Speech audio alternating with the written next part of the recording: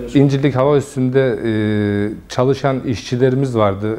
Vecturus şirketine bağlı. Bu şirket ABD menşeli bir firmaydı. Burada çalışan 229 tane Adana'dan, 14 tane de Ankara'dan işçi tasarrufunda bulunmuştu. İşçilerin iş akdini feshetmişti. Toplamda 243 kişiydi. Şubat 20 itibariyle bu arkadaşlarımızın iş akdi son bulmuştu. O günden hani dediğim gibi paylaştığımız detaylarla birlikte hala süren bir hukuk mücadelemiz var. Mahkemelerimiz açıldı ve devam ediyor bunlar.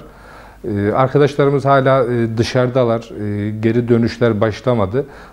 Bununla birlikte ülkede başlayan pandemiyle birlikte tekrardan hani onların istihdam edilmesi bilmiyorum ne kadar kolay olacaktır ama en nihayetinde hukuksal süreci yürütüp sonucu bekleyeceğiz. Hani çıkartılan işçiler sizin de söylediğiniz gibi hani bütün bölümlerden bir küçülmeye gidildi.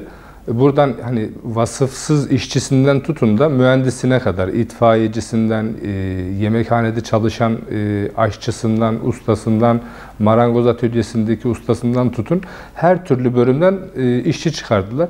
Biz hani her bir işçi bir kişi olarak değil, her birini bir aile olarak birkaç kişiyle çarpıyoruz aslında. O yüzden çıkan sadece bir kişinin kendisi değil. İşin yargı boyutunda birçok arkadaşımızın ikinci duruşması yapıldı. Bütün davalar zaten bilirkişiye gönderildi. Bilirkişi raporları lehimize çıktı. Ben önümüzdeki kısa süre içerisinde yavaş yavaş davaların sonuçlanacağını ve işçilerin işe iade alacaklarını ümit ediyorum ve tahmin ediyorum. Bu anlamda tabii ki istihdam anlamında zaten Adana'da işsizlik tavan yapmış bir durumdayken üstüne her geçen gün böyle bir sayının eklenmesi de hem bölgemiz açısından hem işçilerimiz açısından çok iyi bir durum oluşturmadı. Yıllara sahip baktığımızda ABD Türkiye'nin her zaman bir müttefiki olarak hareket etmiştir her platformda. Ama maalesef bununla beraber müttefiki olmakla birlikte her dönemde karşılaştığımız yaptırımları, ambargolarıyla yüz yüze kalıyoruz. Bu içinde bulunduğumuz dönemde de işte ABD seçimleriyle birlikte tekrardan gündeme gelen yaptırımlar S-400'ler üzerinden bu sürekli böyle süre gelmiştir. Bunun bir siyasi mesaj olup olmadığını bilmiyorum. Tabii bunu siyasilerin takdirine bırakıyorum. Onlar buradan bir mesaj almaları gerekiyorsa bu mesajı alsınlar.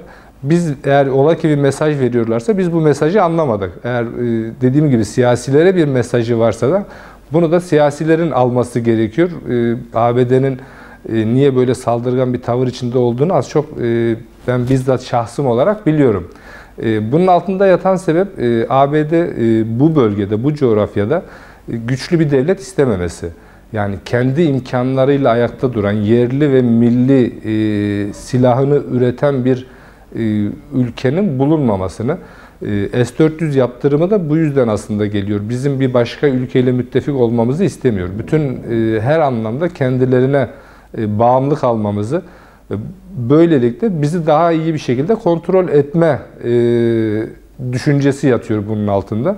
O yüzden hani ABD dediğim gibi hani bizim özellikle Türk Harbi işçilerinin sadece Adana için konuşmuyorum. İşte tersanelerde olsun, diğer askeri fabrikalarda ürettikleri birçok mekanizmanın kendilerinden alınabileceğini söylüyorlardı ki bugüne kadar da bütün temini de onlardan yapıyorduk biz işin açıkçası. Ne zaman ki bu işi biz yerli ve milli olarak üretmeye başladık, yaptırımların dozu bir tık daha yukarı çıktı. Ben sadece yaptırımların yersiz olduğunu ve tutarsız olduğunu söylüyorum. Her dönem karşımıza geldi, üstesinden geldik diye düşünüyorum. Herhalde bundan sonra da gerekli mesajlar ve cevaplar verilir. Şimdi bu işin aslında doğasının gereği insan yanında bulunduğu bir başkasının daha güçlü olmasını ister ve destekler. Ama ulusal arenada bu böyle yürümüyor maalesef. Tabii bunun altında yatan birçok sebep vardır ama bizim naçizane bildiğimiz veya kendimizce bu işi yorumladığımızda ben şöyle düşünüyorum şahsım olarak. ABD kendinin bu bölgede çok büyük bir pazarı var. Savunma sanayi üzerine birçok ülkeye silah satışıyla meşhur zaten. Türkiye bu anlamda kendini savunma sanayinde çok geliştirmeye başladı ve hala da devam ediyor. İşte birçok işte yapmış olduğumuz SİHA'lar, İHA'lar, fırtına tankları, obüsler. Bu anlamda Türkiye gemilerimizde, milli gemilerimizde kendimizi bayağı bir geliştiriyoruz. ABD bu anlamda hem Türkiye pazarını kaybediyor. İkincisi Türkiye bu hızla giderse ki başladı da ABD'nin bu bölgedeki pazarına ortak bir ülke konumuna geliyor. Aslında yaptırımların ve bu tehditkar veya işte Türkiye'yi farklı bir yöne sevk etmenin altında yatan sebeplerden biri de hem pazarına ortak olmasını istememesi, iki bu bölgede böyle güçlü bir ülkenin olmaması, kendinden bağımsız hareket edecek bir ülkenin olmaması.